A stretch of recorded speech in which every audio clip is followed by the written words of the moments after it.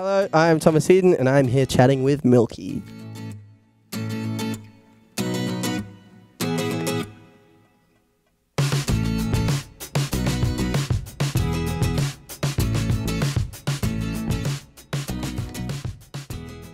My sister used to go to like a bunch of gigs when she was like 15, 16. She was like a Tumblr kid back in the day. So she used to wear like Doc Martens and go to 1975 shows. Yeah, so she took me to a bunch of gigs when I was young. And then I was so out of place at all of them, to be honest. But still, and then I like kind of was like, oh, this is so cool. Because you saw like people go from really small venues to like big venues. And I was like, that's really cool. I want to do that. So right now I'm just winging it. We're 3 years into me releasing music and I'm still winging it, but it's going well so far. I think that's what inspired me and inspires me still. I'm going to a gig tonight.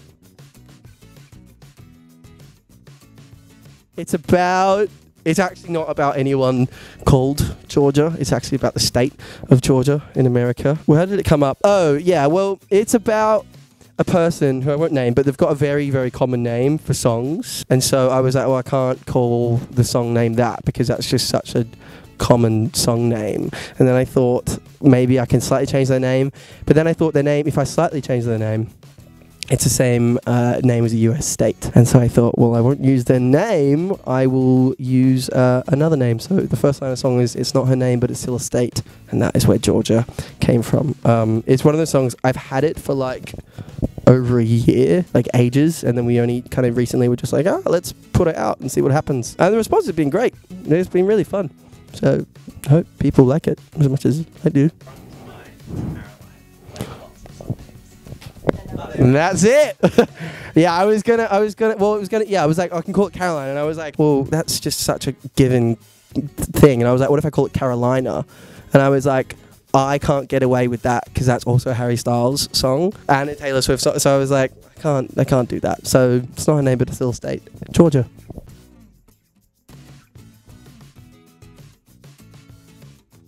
To be honest, you know what actually is? There's no deep lyric in that song that I'm like, I'm deep, but I think more so there's a bit towards the end of the song, you get to the second chorus, and I did it with my best friend Steven. We just like knocked it out. There's been like 100 versions of this song and we just knocked it out in a studio in like one day and recorded everything in the most cheap like way possible. A lot of it would be like a proper sound engineer person's like nightmare because it was just done really badly, but we were really happy with how it sounds. And then we did the whole song, and then we got to this like after the second chorus, and Stephen was just like, it needs like a down and down in Georgia, down and down in Georgia, down and down, and it was like within 3 minutes like we recorded that in like kind of like a gang vocal kind of way and then put it in, and it sounds great in there. So that's like essentially the bridge of the song, just kind of a catchy little thing that Stephen put in. So I'm happy with that. That's my favorite part of the song.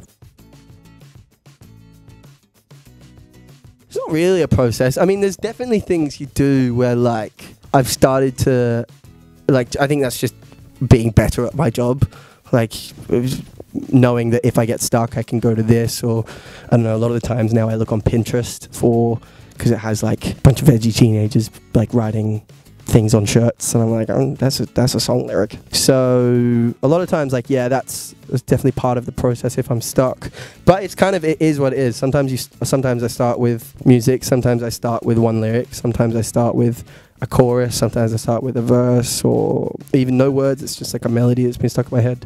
I'm all over the place. A lot of people aren't, which is probably better, but I'm everywhere. I just making it up as I go along, winging it, as I said. I think I've always, like I said with my sister who like grew up kind of following bands on the internet, not just like what was on the radio more so at the time. And so I've always listened to that kind of music, basically. She used to put on like Ed Sheeran's EPs in the car at the time when he was releasing those. Same with like early 1975 stuff. Same with like 21 Pilots, like before their first album. All that kind of stuff she would play in the car that I would listen to religiously. And then I think still nowadays that like kind of continued. Like still today, my main source of finding music is TikTok and like artist radio on Spotify and whatnot. So all of those spaces, I think, are people that make that kind of music. So I think it's very natural that I sit there. But I don't when I'm making music, I don't actively like think like, how do I make this alt? Because that's weird, I think. I feel like nowadays it's just the place to go.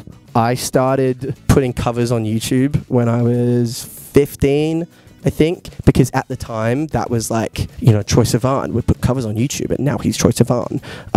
Same with like Dodie would put covers on YouTube and now she's Dodie. Like at the time that was just what you kind of did. But now, like really early TikTok days, my manager was like, you should do what you do on YouTube but just do the same on TikTok. And I did that and it just worked in my favor, basically. So for me, it's essentially made my career. But I think nowadays it is just as big as everything else, YouTube, Instagram. I mean, it's bigger, factually. And so, you know, it's like being like you as a band or an artist wouldn't not have an Instagram the same way that you shouldn't not have a TikTok. I think there's such a stigma around artists or bands starting out that's like, I don't want to do it. It's like, yeah, none of us want to do it. If I couldn't have an Instagram, I wouldn't have an Instagram either because I don't really care. But you kind of have to. And you'll learn to love it. It's TikTok. Just do a Doja Cat dance or something.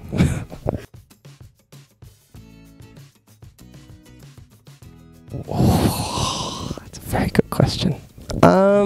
London has really made me have a massive love for pop music. Like, if you look at mainstream radio in the UK and other places that I think I spent a lot of time outside of Australia, there's a lot of really, really great pop music on the radio, I think, and in mainstream world. Whereas in Australia, which I love about Australia, like the mainstream radio, Triple J plays like alternative music. That's sick. That's so cool. I think I come back here and naturally want to make stuff that's like, sounds like it's been recorded in like a garage in a really cool way, like with like amps and guitars and drums that sound really dusty and old, which I love. But I think then going to the UK makes me really appreciate like strong pop songwriting and whatnot. I don't know, I think my best aim is like to spend as much time in kind of both places and just make whatever feels right. That's such a lame answer, but like whatever does feel right at the time. Because then if I entered the studio every day here and was like, no, I need to make this music or that music or blah, like I would just hate myself. But I don't. I just kind of, as I said, I wing it. I'm doing a lot of winging it in my life. Everywhere I go. It's a body of work. I'm releasing a body of work. I don't know what that means. No, I'm releasing more music. I'm not doing a lot of touring this year. I'm doing some spot shows here and there. I just announced on Instagram I'm doing like a gig in a cafe in London because people are shazamming my music a lot, which is cool. And I'm doing a pop-up show in Sydney this week, I believe.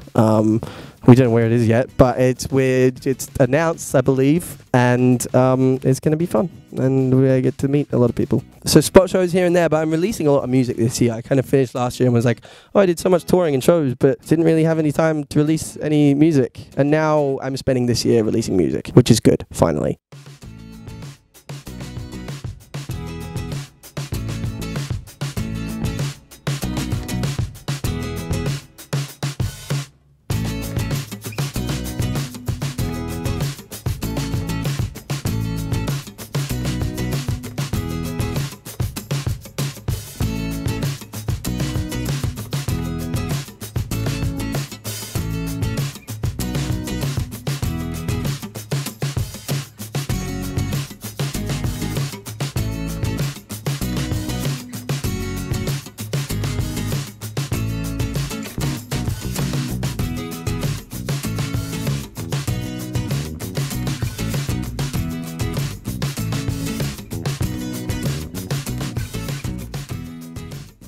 One Direction, 2 NSYNC, 3 Jedward, 4 The Collective. If anyone remembers them, shout out, boys. My dream collaboration, Lil Nas X, by far, so cool. And albums had the most impact on me. I can't even think of it. Michael Bublé. Michael Bublé's Christmas album, the cover one. The Titanic. To be honest, it's gotten to the point now where I just think, like, my brain just scatters. So, I don't know, probably, like, what I'm going to eat afterwards, or how people's outfits look. If you come to my concert, I'm judging your outfit, by the way. Hard. Dress up. Cool. Sounds so mean, I'm not. Hannah Montana. First song I loved to sing. It was probably something from The Lion King, I'm not gonna lie. Or like, I don't know, probably something else, Michael Bublé's Christmas. I don't know. It was Elton John, speaking of The Lion King. My mum took me to see Elton John, and then my sister took me to see Ollie Murs. It was lit. Elton John. Best concert I've ever been to, Coldplay at, it used to be at Etihad Stadium in Melbourne. It's now Marvel Stadium? I don't know, something stadium. Coldplay Melbourne. A Backstreet Boy. I'm sorry, Timberlake's hair back in the day? Yes. T-Money. Anytime you play in Leeds in the UK is like so much fun. But also Groove in the Mood, Bendigo was like the best festival show I've ever done in my entire life. If you were there, I love you. Well, December is kept up by Michael Bublé and Mariah, so shout out you two. I don't know, maybe 21 Savage. 21.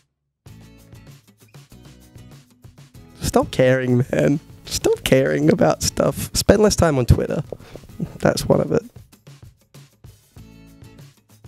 I saw Ed Sheeran play on a table in Australia, and then I saw him, I think it was like 3 or 4 years later, in an arena in Melbourne, and I was like, yeah, I could do that. Probably. Maybe. Find out in a few years.